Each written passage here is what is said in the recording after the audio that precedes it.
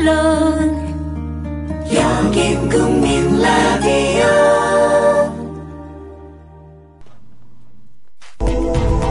정치평론가 이강윤이 함께하는 국민 라디오 이강윤의 오늘.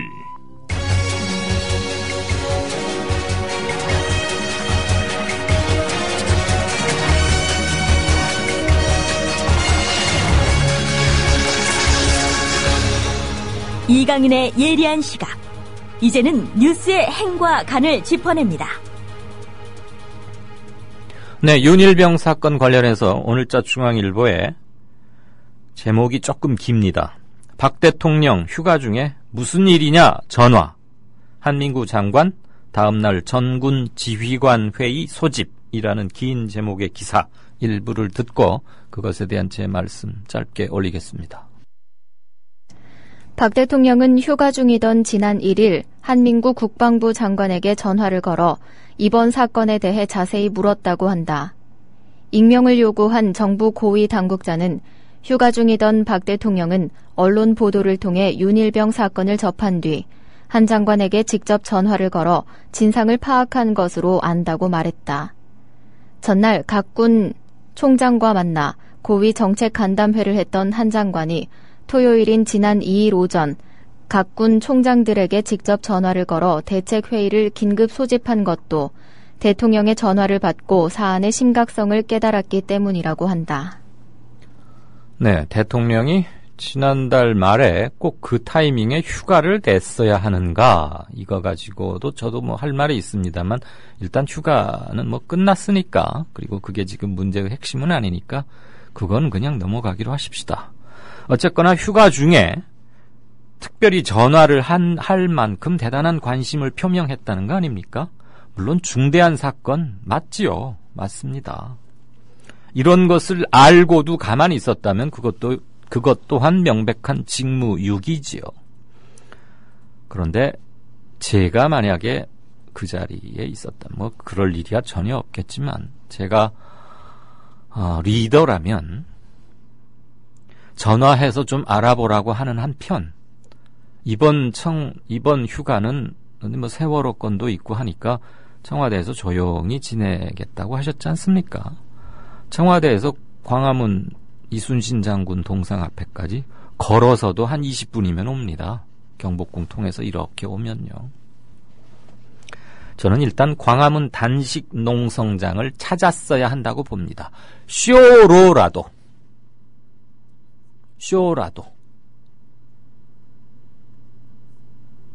그렇게 하지 않았죠. 물론 그것을 기대한 사람도 없었겠지만. 다음에 윤일병 사건이 터지자 혹시 이것을 세월호 특별법 진상규명을 요구하면서 점점 소수화되어 가고 있는 듯한 바람 앞에 촛불처럼 위태로워 보이는 유가족과 국민대책회의, 그리고 진상규명을 요구하는 국민들의 목소리. 그런데 730 재보선에서 압도적인 차로 여당이 이겨버렸지 않습니까?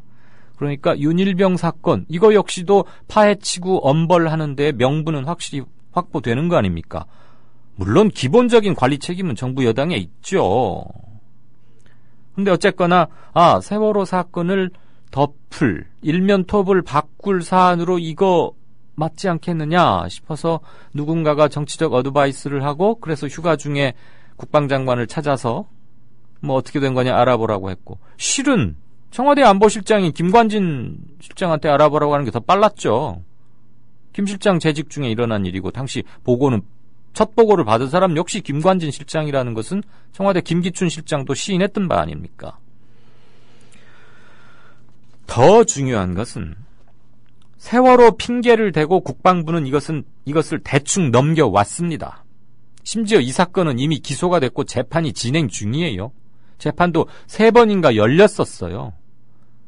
그러다가 군인권센터에서 알리는 바람에 비로소 알려진 것이죠.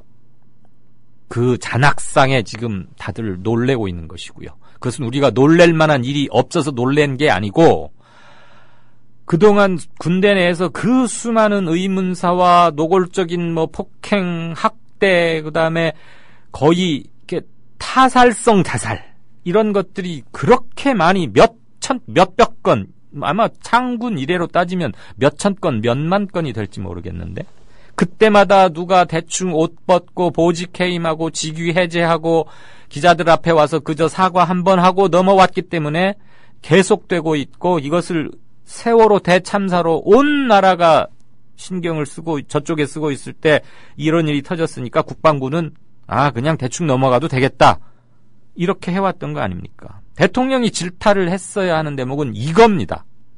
사건의 실체를 알아보는 것도 중요하지만 사건의 실체는 일단 알려진 거 아닙니까? 그럼 국방부는 왜 이것을 세월호 사건 나기 정확히 열흘 전에 있었던 일인데 이게 어떻게 해서 7월 31일 날 이 지경이 됐느냐? 그런 걸 알아보라고 했어야죠. 군대 내에서 그런 학대나 가혹행위가 있다는 걸 그날 처음 알았단 말입니까? 또 하나, 한민구 신임 국방부 장관, 신임이라고 하기엔 뭐 취임한 지 오래됐지만 신문 보고 알았다고 말했습니다. 신문 보고.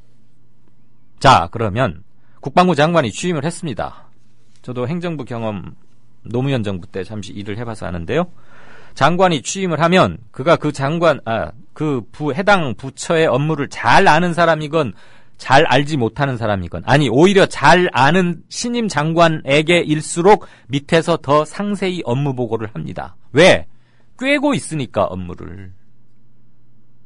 실무 담당자들이 그냥 좀 좋은 것만 보고하자 뭐 이런 생각할 수 있죠? 전혀 모르는 핫바지나 이상한 교수나 아주 생뚱맞은 사람이 오면 국방부 관리들의 핵심들, 뭐 차관이나 기획실장 또는 뭐 1급 라인들에서 중요하게 생각하는 거 위주로 보고를 합니다. 그런데 국방부 출신, 한민구 합참의장 지냈고 뭐 군인 아닙니까? 그럼 국방부 통이죠. 자기들 선배죠. 그럴수록 뭐가 있다라고 보고를 해야 되는데 아예 보고조차 하지 않았어요. 4월 달에 있었던 그 잔인한 사망 사건에 대해서. 즉 국방부 핵심적인 라인에 있는 사람들에게는 이 정도 일은, 사병들끼리 어떻게 해서 한 명가 비참하게 죽고 이 정도 일은 그냥 있을 수 있는 일, 어제까지 많이 있어 왔고 그런 거 대충 몇 명 옷 벗기거나 뭐 때린 병장이나 좀 혼치검 내주면은 또 괜찮을 일이라고 생각해 왔기 때문에 현안 보고에 현안에 들어가지도 않았던 겁니다. 한민구 장관이 신문을 보고서야 이거 뭐지라고 물어서 보고를 받았다는 거 아닙니까? 만약에 한민구 장관이 그 신문을 우연히 안 봤거나 뭐 그랬다면 언제 보고를 받았을지도 모르는 일이죠. 또 아예 보고가 계속 없었을 수도 있고요. 이게 우리나라 관료예요. 국방부는 군의 관료주의화된 관료, 탑 클래스에 올라가 있는 관료. 김영삼 대통령이 하려고 했던 군의 문민화 뭐 이런 거였는데 제대로 이루어지진 못했죠. 그래서 저는 이 두 가지를 제안 또는 재언하고 싶습니다.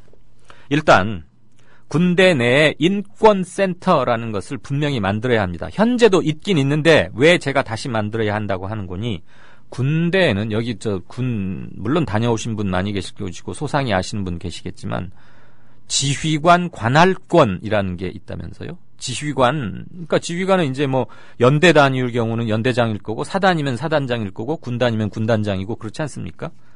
그 단위 부대 내에서 거의 제약받지 않고 독립적 전권을 행사하는 지휘관 관할권에 의해서 무슨 사건에 대한 진상규명 이런 것도, 그리고 그거에 따른 행정처분이나 징계 이런 것도 본인이 그걸 감경해 줄 수도 있고 특별히 봐줄 수도 있고 또는 재조사를 지시할 수도 있고 그렇다는 겁니다. 군 검찰이나 수사 계통의 인력 역시 지휘관, 그러니까 사단장 그 아래 모두 다 예속돼 있는 것이죠. 이 민간의 사법제도처럼 완벽하게 독립성이 보장된 게 전혀 아니라는 겁니다. 그러면 군대 내에 무슨 상담센터를 운영하건 뭐 소원 수리를 받건 하는 것들 전부 다 1인 독재 왕국, 왕 밑에 그냥 네가 이번에 요거 맡아봐. 그 사람한테 하는 거예요. 그러니까 전혀 실효를 기대할 수 없고, 완전히 독립적이고 군 소속이 아닌 외부인으로 하여금 내 인권센터의 센터장을 맡게 하고, 당분간은 이런 학대 건수나 뭐 구타 건수, 소원 수리 이런 것을 신고를 받는데 신고 건수가 적은 곳은 반드시 처벌하겠다 또는 감점하겠다. 이렇게 해야 그나마 조금 활성화될 수 있지 않을까. 왜? 예전처럼 신고 건수 많은 곳은 문제가 있었던 사단이고 문제가 있었던 군대니까 지휘 책임을 물어서 너 혼내겠다. 그러면은 웬만한 건 유야무야 또 덮을 거 아닙니까? 그러니까 역발상을 해야죠. 우리 사단, 우리 부대에는 이런 이런 학대니 구타 사례가 별로 없습니다. 조사해 봤더니 별로 없습니다. 이렇게 적게 보고할수록 가서 상세히 들여다보고 만약에 축소하거나 누락한 게 있으면 엄벌에 처하겠다라고 강력히 하고 그 사람은 지휘관으로부터 독립시켜 놓으면 조금은 달라질 수 있을 것이다. 즉 실효를 기할 수 있을 것이다. 제가 왜 이 말씀을 드리냐면 지휘관 관할권 밖에다가 이런 거 만들지 않는 한 영원히 이건 계속될 것이다. 왜 미국 군대나 한국 군대나 어느 집단이나 모아놓으면 수컷끼리는 서열을 정하려고 하고 다툼이 있고 마련인데 왜 미국 군대는 이런 게 없습니까? 왜 우리만 있고? 그러면 이거 민족적, 인종적 특성이 아닐 거 아닙니까? 운영 방식을 바꿔야죠. 풍요 세대, 한 집에 한 가정이나 아니 한 자녀나 두 자녀만 낳고 컴퓨터와 훨씬 친하고 소통에 덜 어린이 놀이터에서 놀 아이들이 없이 큰 아이들 아닙니까? 지금 군대 친구들. 그들의 특성에 맞게 군 문화를 바꿔나가야죠. 둘째, 대통령이 할 일은 국방부 내에 뿌리 깊게 박혀있는 관료주의를 철퇴하는 겁니다. 군대 내 인권센터 이런 건 다 계획은 짜여져 있어요. 그런 것까지 대통령이 신경 쓰려고 하지 말고 당시 김관진 장관이 이것을 보고받고 어떻게 초동 대응을 했고 어떤 지시를 내렸는지 이거 피의자 신분으로 조사하라고 해야 됩니다. 정말 대통령이 일벌 100개를 하라고 했다면 권오성 육군참모총장 그 당시 뭐였습니까? 당시 국방부 장관은 왜 놔둡니까? 왜? 청와대 안보실장으로 옆에다가 승진시켜서 갖다 놨기 때문에 그 조사 대상에서 제외한단 말입니까? 이런 것들이 잘못된 것이죠. 무엇보다도 아까도 잠깐 말씀드렸습니다만은 윤일병 사건과 세월호 사건은 일란성 쌍생아이자 윤일병 사건의 304배쯤 대규모 사건이 세월호 사건입니다. 희생자 명수로만 보자면 뒤늦게 알게 된 일이라고 해서 이것만 더 호들갑 떨어선 절대 되지 않고요. 대통령은 이것과 저것은 별건이다. 그렇게 해야 합니다. 그렇지 않은 한 물론 야당이 지금 대단히 방향성을 못 잡고 있는 국면이어서 정확하게 문제의 핵심을 타격할 수 있는 능력을 갖고 있는지는 모르겠으나 그렇지 않다면 교황이 다녀가도 이 문제는 여전히 남을 것이고 교황에게 모든 걸 기대해서도 안 된다고 생각합니다. 교황이 그들 세월호 가족들을 만나고 위로하고 무슨 메시지를 던지는 것 상징성을 갖고 있고 정부의 일정 부분 압력이 될 수 있긴 하지만 본질적으로 교황이 떠나고 나면 우리끼리 해결해야 할 문제인 겁니다. 그런 점에서 여전히 논점은 한 가지고 달라진 건 없다. 윤일병 사건은 세월호와 같은 차원에서 풀어야 할 숙제가 하나 더 늘어난 것이다. 이렇게 보고 대응해 가야 하는 게 아닌가 싶습니다. 네. 국민 라디오 지지하는 4가지 방법 아시나요? 다운로드하기, 별점 주기, 댓글 달기, 구독하기. 국민 라디오를 보다 많은 이들에게 전할 수 있는 가장 손쉬운 방법. 다운로드하기, 별점 주기, 댓글 달기, 구독하기. 잊지 마세요. 다운로드하기, 별점 주기, 댓글 달기, 구독하기.